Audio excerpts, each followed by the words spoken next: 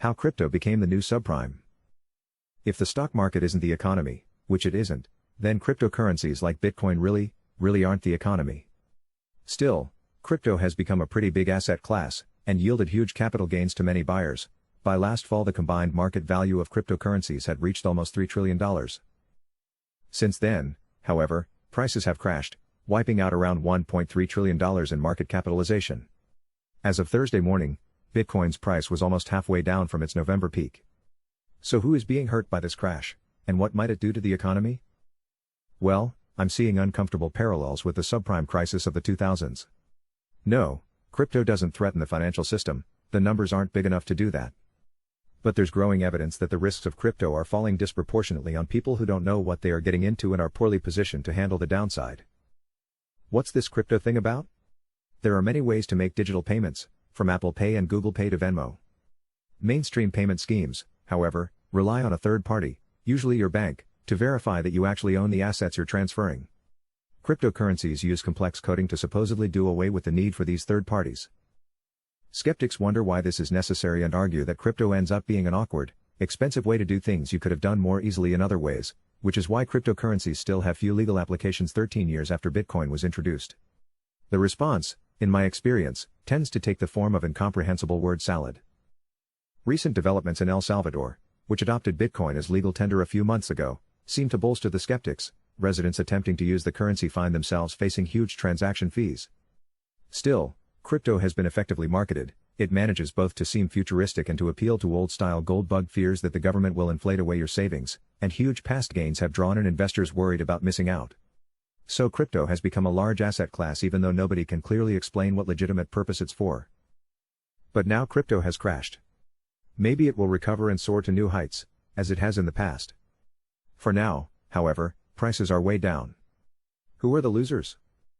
As I said, there are disturbing echoes of the subprime crash 15 years ago. Crypto is unlikely to cause an overall economic crisis. It's a big world out there, and even $1.3 trillion in losses is only about 6% of U.S.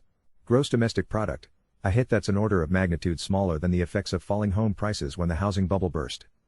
And activities like Bitcoin mining, while environmentally destructive, are economically trivial compared with home building, whose plunge played a large role in causing the Great Recession. Still, some people are being hurt. Who are they? Investors in crypto seem to be different from investors in other risky assets, like stocks, who consist disproportionately of affluent, college-educated whites. According to a survey by the research organization NORC, 44% of crypto investors are non-white, and 55% don't have a college degree.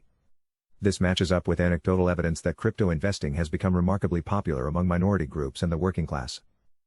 NORC says that this is great, that cryptocurrencies are opening up investing opportunities for more diverse investors. But I remember the days when subprime mortgage lending was similarly celebrated, when it was hailed as a way to open up the benefits of homeownership to previously excluded groups. It turned out, however, that many borrowers didn't understand what they were getting into. Ned Gramlich, a Federal Reserve official who famously warned in vain about the growing financial dangers, asked, "Why are the most risky loan products sold to the least sophisticated borrowers?" He then declared, "The question answers itself. Homeownership dropped sharply once the bubble burst." And cryptocurrencies, with their huge price fluctuations seemingly unrelated to fundamentals, are about as risky as an asset class can get. Now, maybe those of us who still can't see what cryptocurrencies are good for other than money laundering and tax evasion are just missing the picture.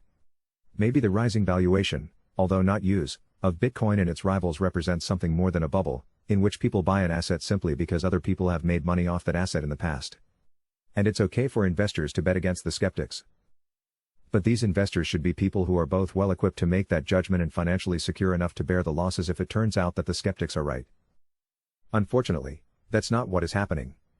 And if you ask me, regulators have made the same mistake they made on subprime. They failed to protect the public against financial products nobody understood, and many vulnerable families may end up paying the price.